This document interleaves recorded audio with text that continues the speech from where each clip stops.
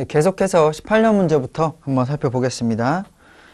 5번 문제인데요. 관세 법령상 무역 원활화위원회의 구성과 운영에 대한 설명으로 옳지 않은 것은 이라고 되어 있는데요. 아마 이때 공부를 하셨던 분들이 이 문제를 좀 보시고 당황을 많이 하셨을 것 같아요.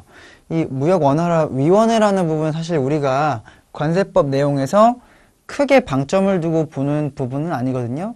그래서 이 무역 원활화위원회에 대한 어떤 기본적인 내용에 대해서도 많이 숙지를 안 하시고 시험장에 들어가신 분들이 많았을 것 같아요. 그래서 한번 살펴보겠습니다. 옳지 않은 것 고르는 문제고요. 1번, 기재부 장관이 위촉하는 위원은 관세사법에 따른 관세사회, 또 대한무역투자진흥소, 코트라죠? 코트라. 그리고 산업통상자원부 장관의 허가를 받아 설립된 무역협회, 그리고 상공회의소, 임원 중에서 추천한 자로 사람으로 한다. 이거 맞는 선지고요. 무역원활화위원회의 회의를 소집하려면 회의 개최 7일 전까지 장소, 안건을 알려야 하고요. 긴급한 사정이 있는 경우에는 전날까지 구두로 알릴 수 있다. 이것도 맞아요. 그 다음에 3번. 무역원활화위원회는 위원장 1명을 포함하여 20명 이내의 위원으로 구성하며 위원장은 기재부 장관이 된다라고 되어 있는데 요게 틀렸어요. 요게 틀린 선지고 위원장이 기재부 장관이 아니고요. 기재부 차관이 돼요. 차관. 그렇기 때문에 3번이 틀린 선지가 정답이 되겠고요.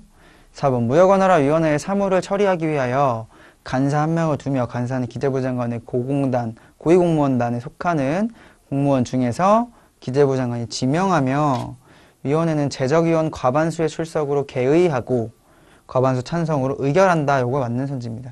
그래서 3번이 정답이 되겠고요. 관련 법령은 이렇게 되어 있는데 시행령에 이제 위원장 1명하고 20명 이내 위원으로 구성한다. 위원장은 누가 한다?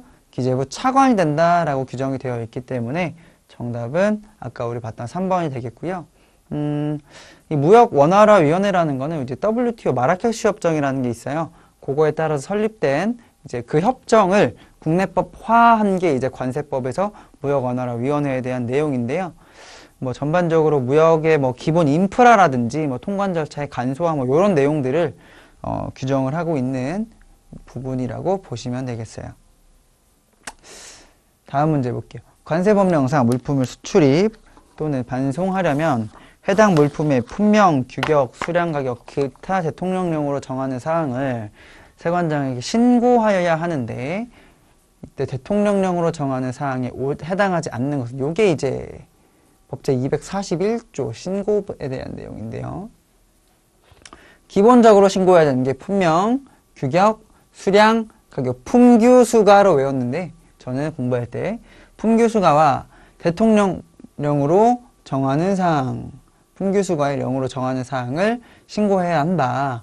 여기에 해당하지 않는 것은 1번 운송수단 종류와 명칭, 2번 물품의 장치장소, 3번 목적지, 원산지 및 선적지, 4번 해외 공급자 부호 또는 해외 구매자 부호인데요. 정답 1번이에요. 1번. 요것도 이제 굉장히 단순한 문제인데 관련 법령을 보시면 수출입 반송하려면 가격과 그 밖에 대통령령으로 정하는 사항을 신고하여야 한다라는 내용이 있고요. 이 대통령령으로 정하는 사항이 뭔지 살펴보면 다음 각호의 사항을 말한다. 포장의 종류, 번호 및 개수 이런 게 쭉 나열이 돼 있는데 이 다른 부분들은 다 여기 해당이 될 거예요. 근데 얘만 지금 포함이 안 돼 있어요. 굉장히 단순한 문제예요. 요거는 그냥 이 대통령령에 있는 거 너 외웠어? 안 외웠어? 외웠어? 안 외웠어? 그거 물어보는 문제이기 때문에 사실 우리 관세법에 대한 내용을 정확하게 이해를 하고 있느냐 하고는 조금 동떨어진 문제. 그러니까 아까 이 18년도 5번 문제 얘도 그래요. 얘도 이제 우리가 무역원활화위원회라는 거는 우리 수출입 통관 절차를 원활하게 한다. 또 관세 부가진수를 적정하게 한다라는 관세법 목적하고는 직접적으로 결부되는 내용들은 아니에요. 관련이 없다고는 말할 수 없죠. 하지만 이 본질적인 내용을 다룰 수 있다고는 말할 수 없어요. 얘도 마찬가지고요. 이 문제도 결국에는 이 대통령령으로 정하는 거 외웠어 안 외웠어? 라고 조금 암기식의, 물론 암기가 중요하지만 너무 이렇게 좀 중요한 내용이라기보다는 조금 이제 외적인 부분들에 대해 출제가 됐던 문제들이라고 생각하시면 되겠어요. 어렵다기보다는 이제 좀 생각을 못하고 있던 부분들이 출제됐다라고 보시는 게 맞겠습니다. 다음 문제.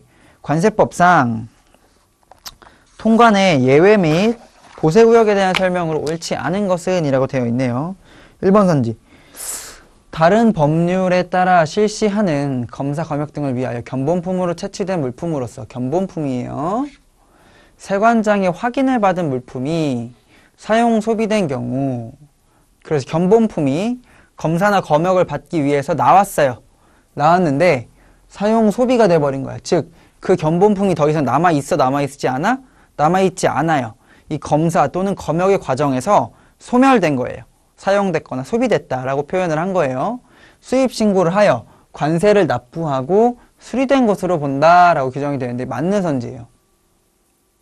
맞는 선지고요. 그다음에 2번 보세구역에서 장치된 외국 물품이 멸실되거나 폐기되었을 때에는 그 운영인이나 보관인으로부터 즉시 그 관세를 징수한다. 다만 재해 기타 부득이한 사유로 멸실된 때와 미리 세관장이 승인을 받아 폐기한 때는 예외로 본다라고 되어 있는데 요것도 맞는 선지. 요것도 맞는 선지입니다. 이제 원래는 이 보세구역에 장치된 물품이 멸실되거나 폐기된 경우에는 우리나라 안에서 소비 사용이 됐다고 생각을 하는 거예요. 간주를 하는 건데 그때는 관세를 징수를 하지만 누구한테 하냐? 운영인이나 보관인한테 하는 거예요. 화주가 아니라. 그래서 이런 경우에는 관세를 징수하지만 다만 재해 기타 부득이한 사유로 멸실됐어. 홍수가 나가지고 물건이 떠내려 나간 거에 대해서 관세를 징수한다? 이건 좀 억울하잖아요. 그러니까 이런 경우나 혹은 세관장의 승인을 받아 폐기한 경우, 이런 물품이 있는데 이거 폐기에 대해서 세관장의 승인을 받고 폐기한 경우, 이런 경우에는 관세를 징수한다, 안 한다? 하지 않는다라는 게 이 다만 이후의 규정이죠. 이렇게 생각을 하시면 되겠고요. 3번. 최신관서가 외국으로 발송한 우편물은 관세법에 따라 적법하게 수출되거나 반송된 것으로 본다라고 규정하는데 이것도 맞는 선지입니다. 뒤에 규정에서 나올 거니까 그때 다시 한번 확인해 볼게요. 그리고 4번. 관세법에 따라 매각된 외국 물품은 관세법에 따라 적법하게 수입된 것으로 보고 매수인에게 관세 등을 징수한다라고 되어 있는데 4번이 틀렸죠. 관세 등을 징수하지 않아요. 이런 경우에는요. 이미 관세를 납부한 것으로 간주를 해줍니다. 그렇기 때문에 별도로 또 관세를 징수하지 않아요. 그 이유는 뒤에서 확인을 해볼게요. 관련 법령 보겠습니다. 다음 각호의 어느 하나에 해당하는 외국 물품은 이 법에 따라 적법하게 수입된 것으로 보고 관세 등을 따로 징수하지 아니한다. 다시 한번 곱씹어 볼게요. 여기 어느 하나에 해당하면 적법하게 수입된 것으로 본대요. 그러니까 적법하게 수입이 된다. 우리 법제 2조 용어의 정의에서 통관이라는 건 뭐라고 했죠? 이 법에 따라서 수출, 수입, 반송하는 거라고 했어요. 근데 얘네 중에 하나에 해당을 하면 적법하게 수입된 것으로 본대요. 즉 통관을 거친 것으로 본다라고 해석을 하면 돼요. 통관을 거친 것으로 본다라고 보시면 되고요. 관세 등을 따로 징수합니까? 안 합니까? 징수하지 아니한다라고 해놨어요.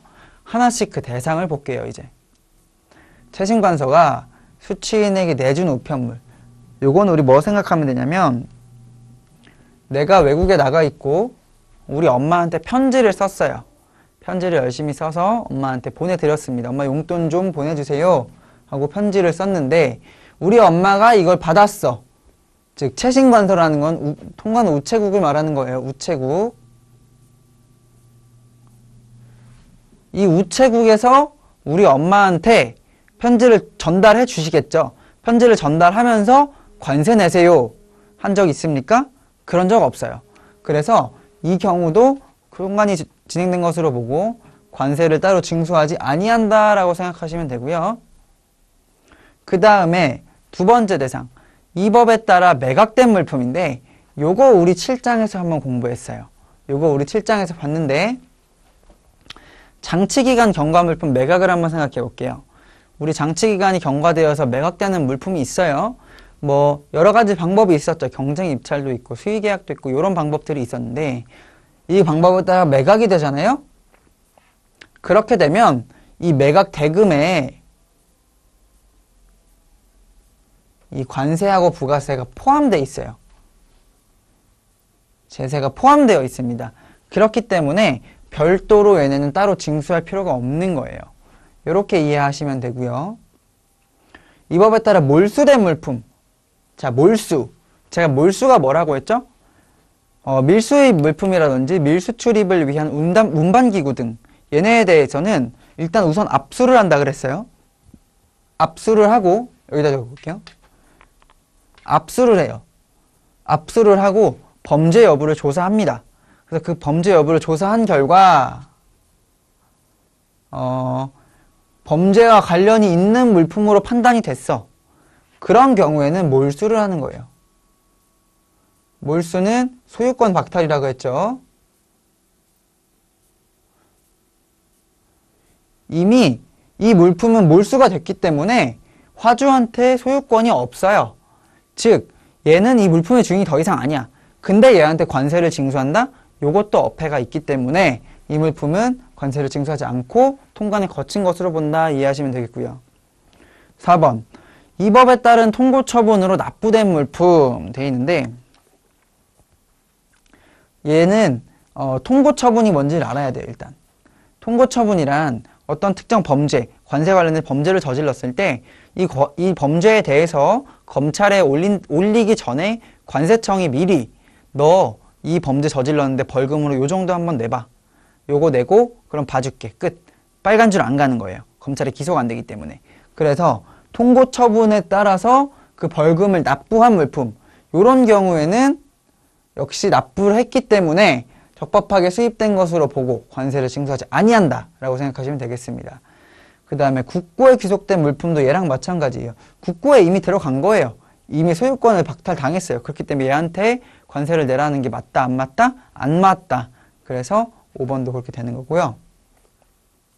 6번에 이제 관세법에 따라서 몰수를 가름하여 추징된 물품이라고 되어 있는데 얘랑 연계해서 다시 한번 설명을 해볼게요. 몰수된 물품을 연계를 해볼게요.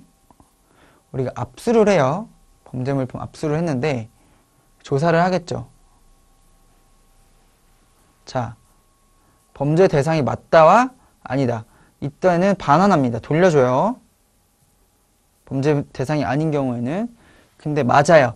그러면 원칙적으로 몰수를 해야 되죠. 몰수를 해야 되는데 몰수를 할 수 없는 경우가 있어요. 예를 들어서 얘가 이미 다른 사람한테 팔아버렸다거나 혹은 이 물품의 행방을 찾을 수가 없어. 이런 경우에는 몰수가 불가능하니까 몰수를 가름한 추징을 해요. 추징.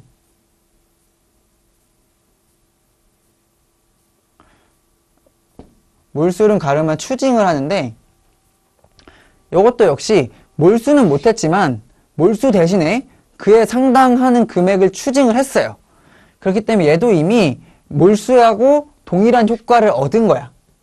그래서 이 경우에도 관세 등을 따로 징수하지 않고 적법하게 통관이 이루어진 것으로 본다라고 생각하시면 되겠습니다. 얘가 이제 수출입의 의제에 해당하는 부분이에요. 수출입의 의제. 수출입의 의제 생각을 해두시고 더 알아보기를 한번 볼게요. 더 알아보기 제가 수입으로 보지 아니하는 소비 사용이라고 했어요. 보겠습니다. 외국 물품의 소비나 사용이 다음에 어느 하나에 해당하는 경우에는 수입으로 보지 아니한다래요. 수입으로 보지 아니한다. 즉 관세는 수입 물품에 대해 부과하는 거죠. 그런데 얘는 수입으로 보지 아니할 거래. 수입으로 보지 아니할 거기 때문에 관세를 납부한다 안 한다? 관세 납부하지 않는다 라고 생각하셔야 됩니다. 보겠습니다. 선기 차량용품을 운송수단 안에서 그 용도에 따라 소비 사용하는 경우 포인트는 그 용도에 따라요. 용도에 따라. 자, 생각을 해볼게요. 선용품을 그 해당 선박에서 사용하는 게 아니라 뭐 부두에 있는 크레인에서 썼어. 크레인. 선용품을 크레인에서 썼어요. 이 경우에는 수입이에요? 아니에요? 수입인 거예요. 왜냐?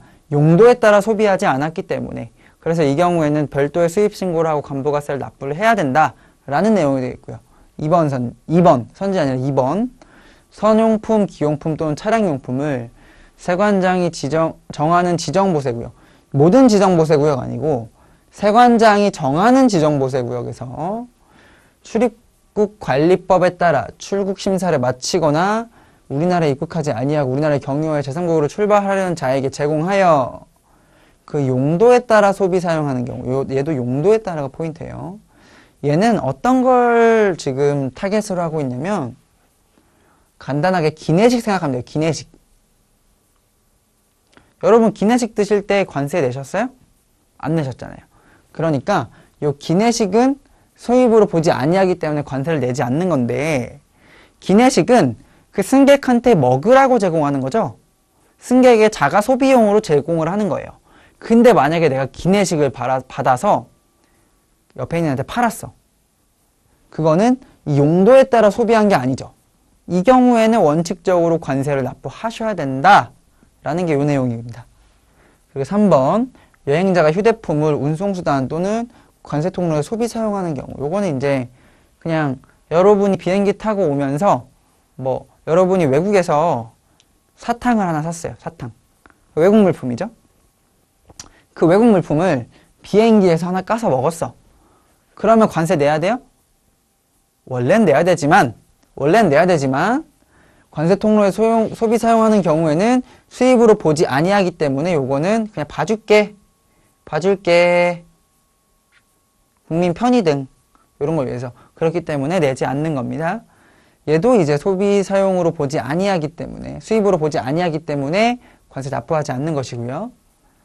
4번 이 법에서 인정하는 바에 따라 소비하거나 사용하는 경우, 기타 다른 내용에 대해서 규정을 하고 있는 거라고 생각하시면 되는데요. 이쪽에서 한번 비교를 한번 해볼게요. 아까 기존에 맨 처음 봤던 내용이 수출입의 의제가 있고요.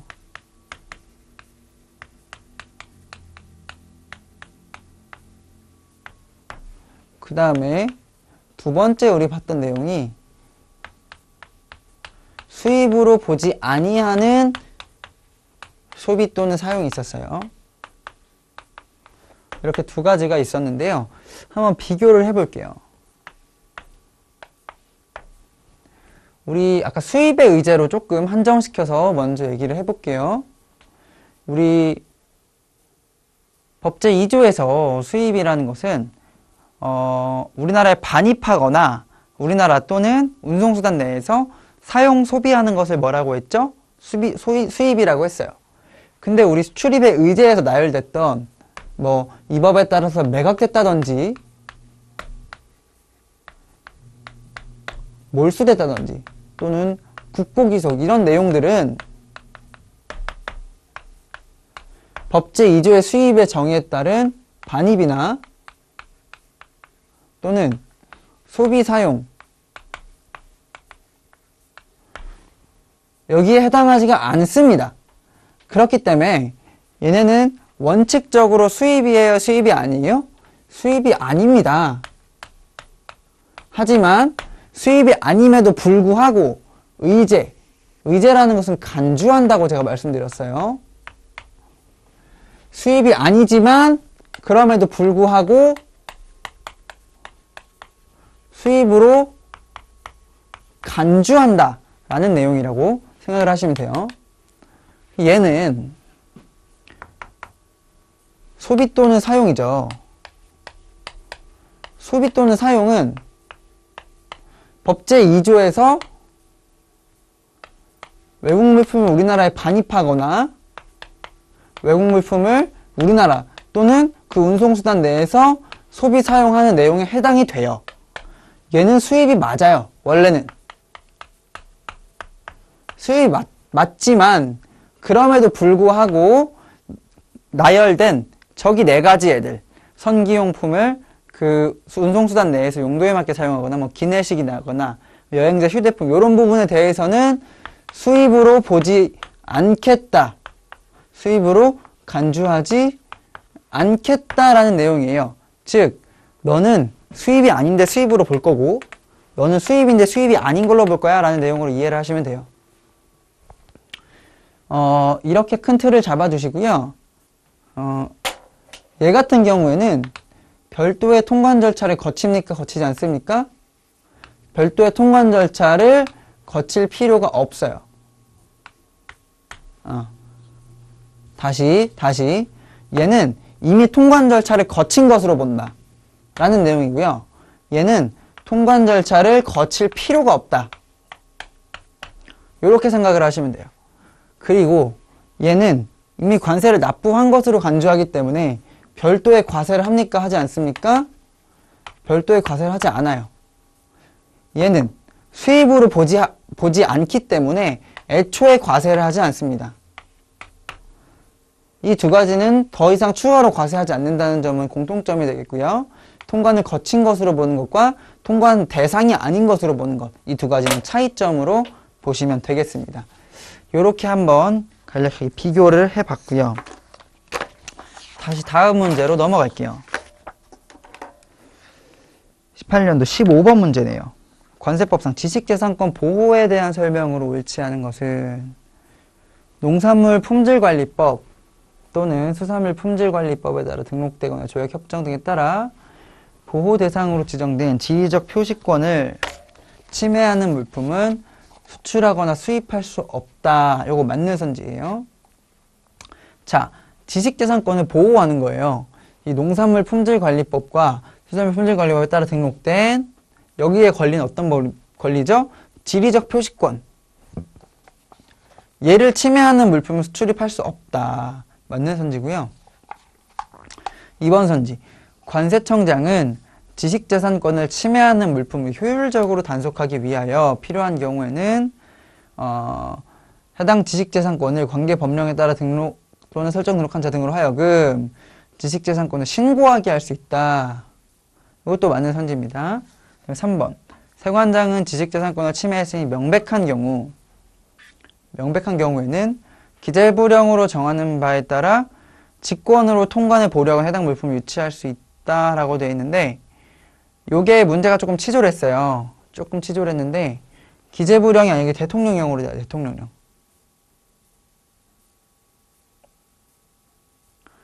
요거를 바꿔서 문제를 냈고요.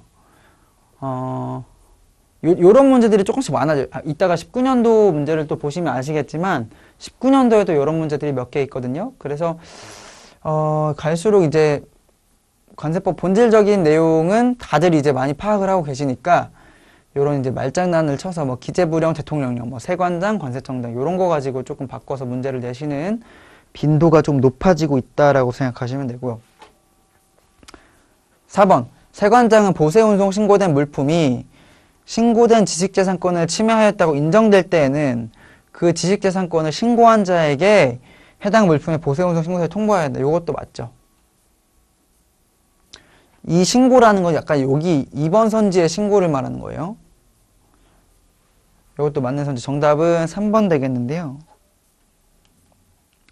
관련 법령이 여기에요. 여기인데 대통령령으로 정하는 바에 따라 요게 지금 요걸 가지고 말을 바꿔서 문제를 낸 게 되겠습니다. 이 지식재산권 보호 절차에 대한 내용은 법령 내용이 좀 복잡해요. 그리고 좀 중요한 부분이 법이 아니라 대통령령이나 시행령에 들어가 있는 부분도 있고 그래서 간략하게 지금 살짝만 정리를 대략적으로만 정리를 한번 해볼게요. 우선은 수출입 신고가 돼요. 이게 수출입 신고만 말하는 게 아니라 보세운송 신고라든지 뭐 일시양육 신고의 경우도 포함을 하기 때문에 수출입 신고 등이라고 제가 표현을 하겠습니다. 이 수출입 신고된 물품이 두 가지 경우가 있어요. 지식재산권을 침해한 게 명백한 경우가 있고요. 하나는 명백하진 않지만 의심이 되는 경우가 있어요. 이 경우에는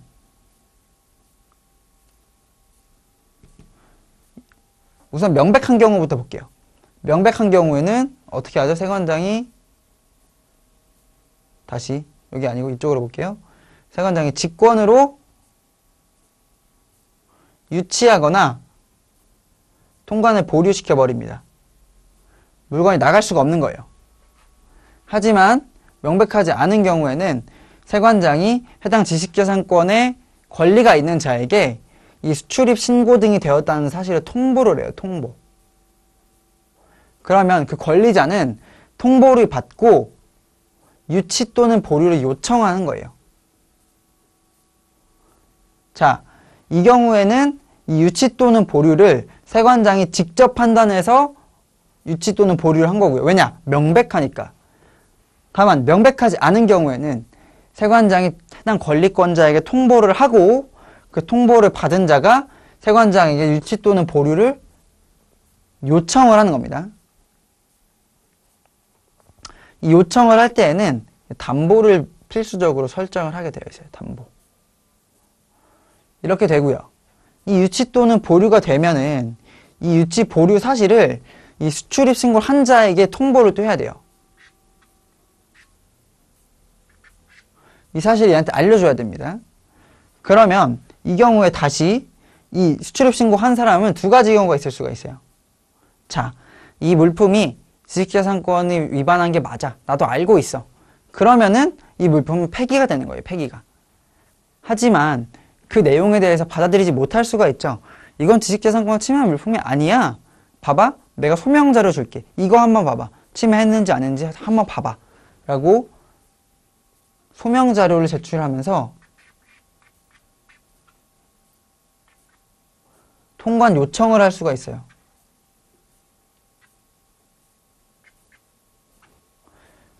이 경우에도 역시 담보를 제공을 해야 됩니다.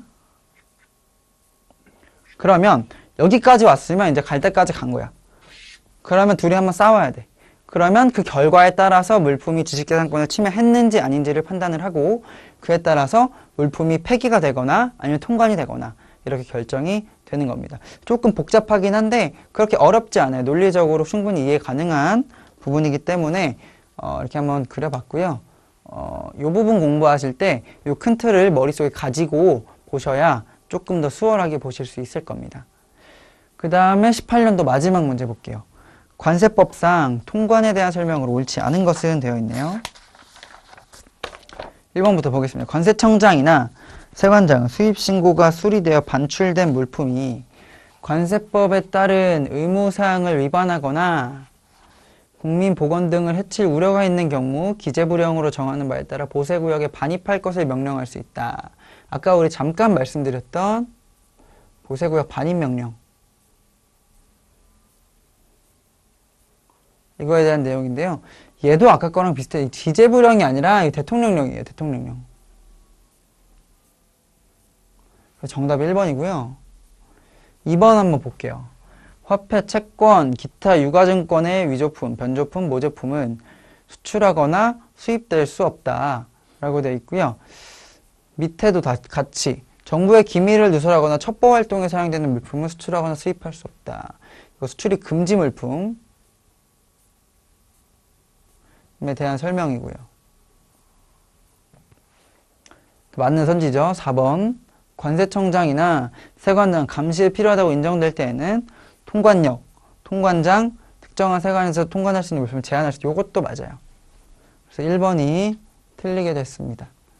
정답 1번 되겠고요. 여긴데 이게 법령인데 요거죠. 요거. 요걸 바꿔서 문제를 낸 건데 대상은 이제 이거 두 개를 대상으로 하고 있어요. 수출신고가 수리돼서 외국으로 반출되기 전에 있는 거. 그러니까 이미 반출이 되면 얘는 다시 당겨지 못하는 거예요. 얘도 수입신고가 수리돼서 반출된 물품. 얘는 어쨌든 우리나라 행정권 안에 있으니까 얘는 불러올 수 있는 거지. 얘는 나갔으니까 못 갖고 오는 거고. 근데 얘가 밑에 보시면은 아이고 제가 다른 문제 나왔구나. 이게 제한이 있어요. 이 보세구역 반입 명령에 대한 내용도 다시 반입을 할 수 없는 경우가 있어. 어느 경우냐면은 수리된 지 3개월이 지난 경우, 3개월 이상 경과한 경우, 또는 이미 관계기관에 조치가 있었어. 시정조치가 있는 경우. 이 경우에는 다시 불러올 수 있다 없다? 불러오지 못한다. 그렇기 때문에 아까 어쨌든 답은 여기서 나왔죠. 대통령령. 19년도 문제 이제 들어가겠습니다. 관세법상 원산지 확인 등에 대한 설명으로 옳지 않은 것은 이렇게 되어 있는데요. 한번 볼게요. 세관장은 관세법 제232조 사망에 따라 원산지 증명서 확인 자료를 제출한 자가 정당한 사유를 제시하여 그 자료를 공개하지 아니할 것을 요청한 경우에는 명시적 동의 없이는 자료를 공개해서는 아니 된다. 그쵸? 이게 뭐냐면 이제 우리 영업비밀 같은 것이 있어요. 이런 것들을 보호해줘야 하는 게 또 세관의 의무가 있기 때문에 이런 거는 명시적 동의 없이는 공개하여서는 안 된다고 규정을 하고 있습니다. 2번 세관장은 환적 또는 복합 환적되는 외국 물품 중 원산지를 우리나라로 허위 표시한 물품을 유치하는 경우 세관장이 관리하는 장소에 보관하여야 한다. 그쵸. 다만 세관장이 필요하다고 인정할 때는 그러지 않아요. 얘도 맞아요. 얘도 맞는 선지고, 이 중요한 거는 우리나라의 환적 또는 복합 환적 외국 물품 중 원산지를 그냥 허위 표시한 게 아니라 우리나라로 허위 표시해야 돼요. 우리나라로 허위 표시한 것만이 대상이 됩니다. 이 경우에는 물품을 유치한다. 또 유치가 중요하죠. 우리 유치라는 거 어떤 거라고 했었죠? 유치는 통관이 되어야 하는 물품인데 잠깐 홀드해 놓는 거다. 어떤 문제가 있어서 이 경우에 유치라고 했고요. 예치랑 다른 점은 통관을 할 의사가 있느냐 없느냐라고 했죠. 근데 이 유치를 해두고 이게 시정이 되면은 또 밖으로 내보낼 수가 있어요. 그래서 2번도 맞는 선지 되겠고요.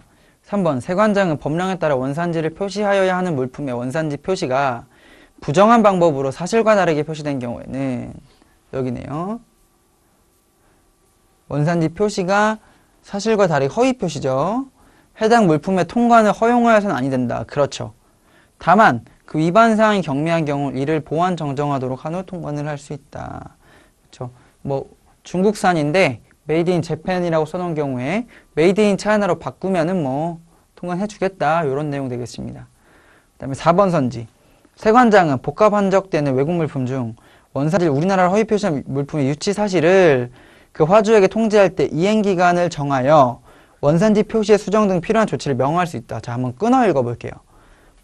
복합 환적된 외국 물품 중 원산지 우리나라로 허위 표시한 물품의 유치 사실, 즉 복합 환적되는데 얘가 외국 물품인데도 원산지를 메이드 인 코리아로 박아둔 거예요. 표시를 해둔 거야.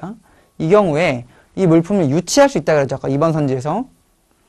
유치할 수 있는데 이 유치 사실을 화주에게 통지를 해줘야 돼요. 너 물품 원산지 표시가 허위로 돼 있어서 내가 유치를 해놨어 라는 걸 통지를 하는데 통지할 때 이행기간을 정하여 수정 등 필요한 조치를 명할 수 있죠.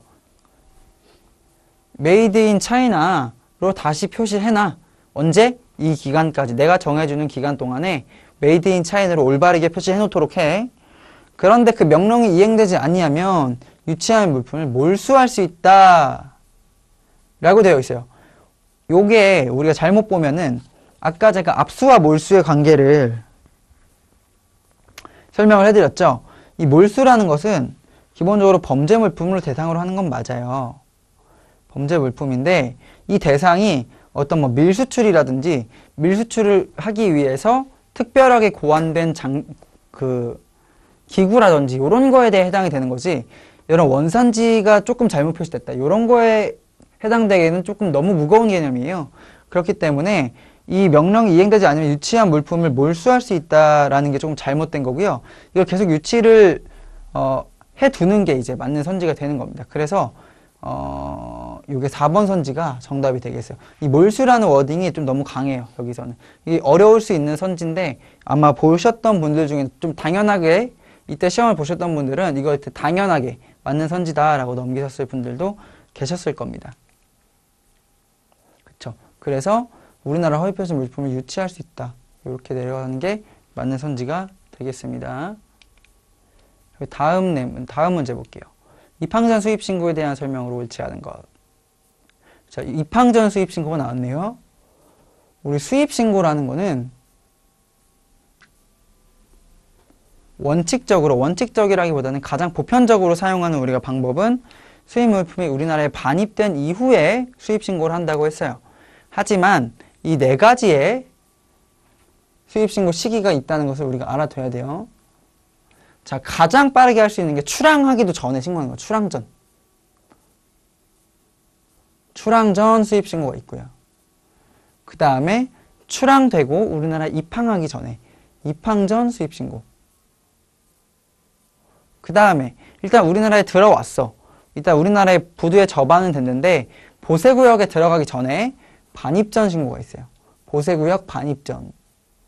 그 다음에 여기가 이제 가장 보편적으로 이용되는 시기인 보세구역 반입 후 신고. 요렇게 있습니다. 요 네 가지 중에서 지금 물어보는 건 얘에 대해서 물어보고 있네요. 입항된 신고에 대해서. 법제 244조의 규정이 되어 있죠. 244조. 이거에 대한 설명으로 옳지 않은 것은 수입하려는 물품의 신속한 통관이 필요할 때에는 대통령령으로 정하는 바에 따라 해당 물품을 적재한 선박이나 항공기가 우리나라에 입항하기 전에 수입신고를 할 수 있다. 이 경우 입항 전 수입신고가 된 물품은 우리나라에 도착한 것으로 본다라고 되어 있죠. 여기서 중요한 거는 이 뒤에 마지막 규정이에요. 수입신고는 우리나라에 도착한 물품에 대해서 할 수 있는 거예요. 하지만 입항 전 수입신고를 하는 경우에 우리나라에 입항이 됐습니까? 안 됐습니까? 즉 우리나라에 아직 들어오지 않았어요.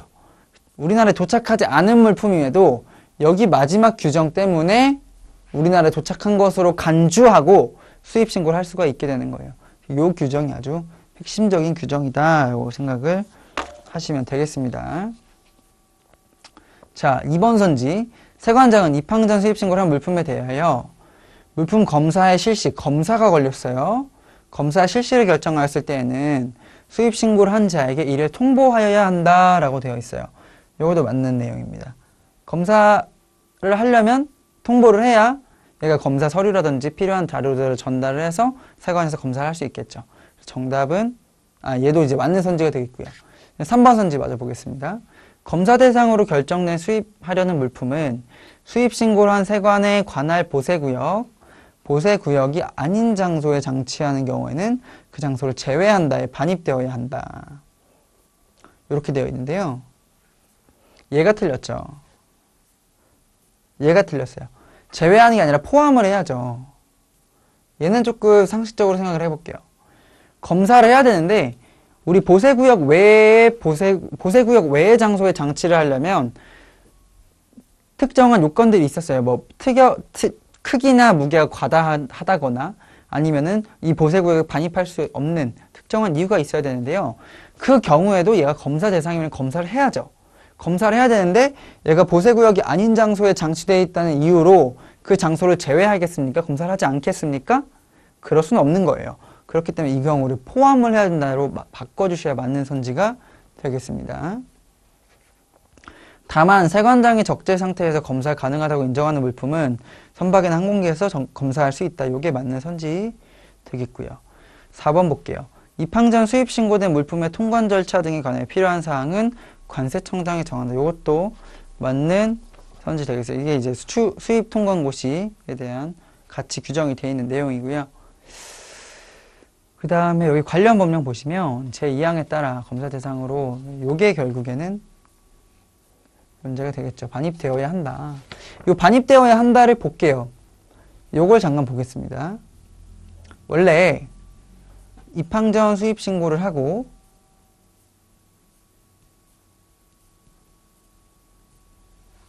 얘가 검사 대상으로 결정되는 경우가 있고요. 검사 없이 곧바로 수입신고 수리가 되는 경우가 있어요. 이 경우를 먼저 한번 볼게요. 수리되는 경우를. 입항 전 수입신고가 수리되는 경우에는 얘는 이제 우리나라의 내국물품에서 내국물품의 취급을 받는 거예요. 내국물품입니다. 그리고 나서 우리나라에 도착하죠. 그러면 얘는 이미 도착을 했어요. 근데 이미 내국물품입니다. 내국물품이기 때문에 보세구역에 반입을 할 수 있습니까? 보세구역에 반입할 이유가 있습니까? 없습니까? 없어요. 얘는 곧바로 내국 운송을 시작하면 돼요. 그런데 이 검사 대상의 경우에는 수입 신고가 수리되지 않았기 때문에 외국 물품이에요. 외국 물품 상태로 우리나라에 도착을 합니다. 그렇기 때문에 얘는 보세구역에 반입을 해서 검사를 진행을 해야 되는 거예요. 이 두 가지 차이점이 있고, 검사 대상은 외국 물품이기 때문에 반드시 보세구역에 반입이 되어야 한다라는 내용을 꼭 생각을 하셔야 될 거예요. 알겠습니다. 여기까지 하겠고요. 그 다음에 19년도 문제 계속 진행을 하겠습니다. 관세법상 수출입 또는 반송 신고에 대한 내용의 일부이다. 기업과 니은에 들어갈 내용으로 옳은 것은 이것도 이제 241조 수출입 신고에 대한 내용인데요. 볼게요. 수입하거나 반송하려는 물품을 지정장치장 또는 보세창고에 반입하거나 보세구역이 아닌 장소에 장치한 자는 그 반입일 또는 장치일로부터 기억 이내에 수입신고해야 하고요. 다만 괄호치고 관세청장이 정하는 바에 따라 반송신고할 수 있는 날로부터 니은 이내에 반송신고해야 된다라는 내용이고, 분명규격 수량 기타 대통령령으로 정한 사항을 신고하여야 한다 되어 있는데요. 이거는 좀 단순해요. 문제가 그냥 이거 날짜 외웠어 안 외웠어? 숫자 외웠니 안 외웠니? 물어보는 문제이기 때문에 정답은 3번이에요 30일 30일인데 얘도 30일이고요 얘도 30일입니다 여기 이렇게 되어 있는데, 결국에는 이 법의 취지는, 해당 조항의 취지는 물품이 지정장치장이나 보세창고에 반입을 하고 나서 30일 이내에 수입신고를 해야 된다는 거예요. 수입신고에 기한을 두고 있는 거예요.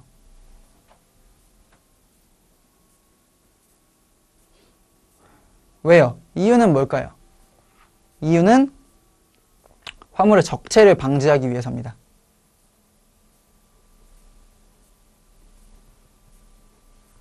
근데 한 가지 의문이 들 수가 있어요. 화물의 적체를 방지할 건데 왜 수입하고 반송에 대해서만 규정을 하죠? 라고 물어보실 수가 있을 겁니다. 수출에 대해서는 왜 규정이 없나요? 이유는 지금 수입 반송 물품과 수출 물품의 장치 장소의 차이를 한번 생각을 해볼게요. 수입 물품도 반송 물품도 외국에서 지금 들어와 있는 상태예요. 보세구역에 들어와 있는 상태인데 여기서 수입을 할지 반송을 할지를 신고를 하라는 내용이지. 이게 수입신고와 반송신고인데, 얘네는 일단 외국에서 들어오면 보세구역에 쌓여있게 되어 있어요. 보세구역에 반입을 해두고 신고하는 게 가장 일반적이라고 제가 말씀을 드렸죠. 그렇기 때문에 얘네는 보세구역에 지금 물품이 쌓여있는 상황이에요. 그렇기 때문에 30일 이내에 수입신고를 또는 반송신고를 하지 않으면 이 보세구역에 꽉 차서 운영을 할 수 없는 상황이 되겠죠. 그렇기 때문에 너네는 30일 이내에 신고를 해라 라는 규정이 있는데, 반면에 이 수출신고는 규정을 하고 있지 않은 이유가, 수출신고는 보세구역에 반입을 안 해도 신고를 할 수가 있어요. 즉 지금 우리 집에 있는 수출 물품을 내일 수출할 거예요. 그거를 수출신고를 우리 집에서 놔두고 할 수 있는 거예요. 즉 수출신고는 장치 장소에 제한이 없어요. 장치 장소에 제한이 없고 얘는 선적 의무기한만 있어요. 의무기한. 그러니까 얘가 수출신고가 수리가 됐어. 우리 공장에 지금 있는 물품이 수출신고 수리됐어. 외국 물품이죠? 그 외국 물품에 대해서 언제까지 선적하도록 하는 기한만 있는 거예요. 그렇기 때문에 이 지정장치 또는 보세구역에 따른 수입 반송 이 절차에 대한 신고 기한이 별도로 규정이 되어 있지 않은 겁니다. 그렇게 이해를 하시면 될 것 같아요. 그리고 지금 이거 규정 자체가 전반적으로 목적이 화물의 적체를 방지한다 그랬죠? 화물의 적체를 방지하는 건데, 그렇기 때문에 이게 이 30일 이내에 신고하지 않은 경우, 30일 이내에 수입 반송 신고를 하지 않은 경우에는 가산세가 있어요. 하지만 이 가산세를 모든 보세구역이나 지정장치장에 다 적용을 하는 게 아니고요. 특정 보세구역, 그러니까 화물 수출입이 많고 물량이 많은, 즉 30일 동안 수입 반송 신고가 이루어지지 않으면 화물의 적체 같은 문제가 생길 수 있는 보세구역에 한해서 그 보세구역에 한해서 특정 보세구역에만 이 가산세를 적용을 하고 있는 겁니다. 그러니까 이 특정 보세구역에 해당하지 않는 경우에는 이 30일 이내에 신고를 안 해도 별다른 페널티가 없는 거예요. 왜냐? 화물의 적체에 영향이 없기 때문에. 이렇게 생각을 하시면 되겠습니다. 그 다음에 마지막 문제 19년도 나책형 14번 문제 볼게요. 통관의 제한에 대한 설명으로 옳지 않은 것은 고르는 문제인데요. 세관장은 수출입 신고된 물품이 특허법에 따라 설정 등록된 특허권을 침해할 수 있는 명백한 경우는 아까 제가 어떻게 한다 그랬죠? 세관장이 직권으로 통관 보류하거나 유치할 수 있다고 했죠. 바에 따라 직권으로 통관을 보류하거나 해당 물품을 유치할 수 있다. 확인하셨죠? 이 경우 세관장은 해당 물품의 수출입 신고를 한 자에게 그 사실을 즉시 통보하여야 한다. 그쵸? 맞는 선지 되겠습니다. 세관장은 통관 보류 등을 요청한 자가 해당 물품에 대한 통관 보류 등의 사실을 통보받은 후 휴일 및 공휴일을 제외한 10일 이내에 법원의 제소 사실 또는 무역위원회 조사 신청 사실을 입증하였을 때에는 통관 보류를 계속할 수 있다. 그쵸? 통관 보류를 무기한으로 할 수 있는 게 아니에요. 그렇기 때문에 10일 이내에 이런 사실들이 입증이 됐다. 그러면 통관 보류를 계속할 수 있는 겁니다. 그 다음에 3번. 세관장은 수출입 신고 등이 된 물품의 지식재산권 침해 여부를 판단하기 위해 필요하다고 인정되는 경우는 지식재산권의 권리자로 하여금 그 전문 인력 또는 검사 시설을 제공하도록 할 수 있다. 즉, 이 물품이 해당 지식재산권을 실질적으로 침해했는지 여부는 결론적으로는 이 권리자의 비용으로 다 판단을 해야 되는 거예요. 그렇기 때문에 아까 뭐 담보를 제공하거나 이런 경우도 있고, 그래서 어떻게 보면 그 권리자 입장에서는 자신의 지식재산권을 보호하는데도 그만큼 비용이 많이 든다라고 이해를 하셔야 될 겁니다. 그리고 4번. 수출입 신고 등을 한 자가 통관 보류 등이 된 물품에 통관 또는 유치 해제를 요청하려는 때에는 대통령령으로 정하는 바에 따라 신청서와 해당 물품이 지식재산권을 침해하지 아니하였음을 소명하는 자료를 관세청장에게 제출하여야 한다라고 되어 있는데, 얘도 이제 틀린 부분이 요거예요. 요거 대통령령하고 관세청장, 요게 이제 관세청장이 정하는 바에 따라 이렇게 돼야 되고요. 요거는 세관장에게 제출해야 한다. 이렇게 돼야 됩니다. 요거는 아마 조금 추리가 가능한 부분이에요. 왜냐면 수출입 신고 등이 된 물품에 대해서 통관 보류나 유치를 한 그 주체가 관세청장이 아니라 세관장이기 때문에 그 소명 자료 역시 세관장에게 제출해야 되는 것이 맞지 않을까라고 우리가 생각을 할 수 있는 거죠. 그렇게 추측을 할 수 있는 부분이 이 부분이었습니다. 그래서 관련 법령이 여기가 되겠고요. 세관장에게 제출해야 되고요. 관세청장이 정하는 바에 따라 제출을 하도록 되어 있었습니다. 그래서 정답 4번이었고요. 일단은 9장 통관 내용도 우리 여기까지 보는 걸로 하겠고요. 다음 시간에 이제 10장, 11장 마무리하면은 우리 이제 길고 길었던 3개년 기출문제 해체가 다 끝나는 시점이 오겠네요. 오늘도 고생 많으셨고요. 다음 시간에 이제 마지막 10장, 11장 풀이하면서 다시 뵙겠습니다. 고생하셨습니다.